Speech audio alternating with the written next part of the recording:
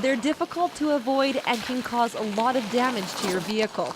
But now there's a new solution to Edmonton's pothole problem.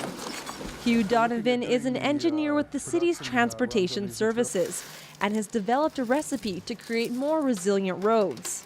What we've been doing over the last probably 5 or 6 years is looking at our older mixes to see if we could improve them, or looking at some of the newer mixes that are out being used elsewhere.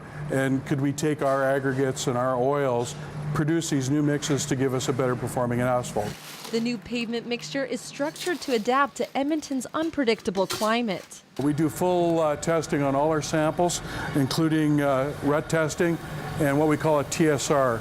TSR is where we actually take the sample, we freeze it after it's been saturated, and then we break it open through a specific indirect tensile test. Gives us the strength of the mix. We compare the frozen sample to a non-frozen sample, and it tells us whether we have mixes that are susceptible to freeze-thaw. Dean Upright works in the laboratory where all the city road testing takes place. He says they're working on more than just pothole prevention.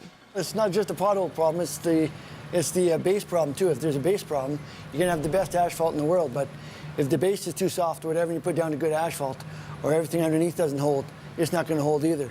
It's like putting paint on a rusty car, it just won't last, right? So this is the before asphalt.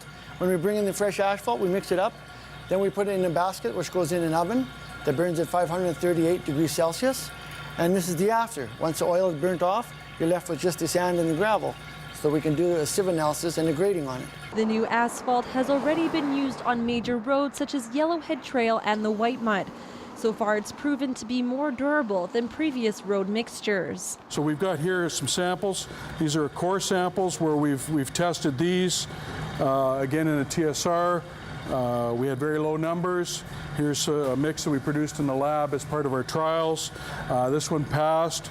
You can virtually see the difference between the two mixes, the poor quality mix and the better quality mix. Hugh says it will take some time for the new asphalt to be added to all the city roads. But when it is, Edmontonians hopefully never have to worry about potholes again. Cheryl Tasascu, Go Edmonton.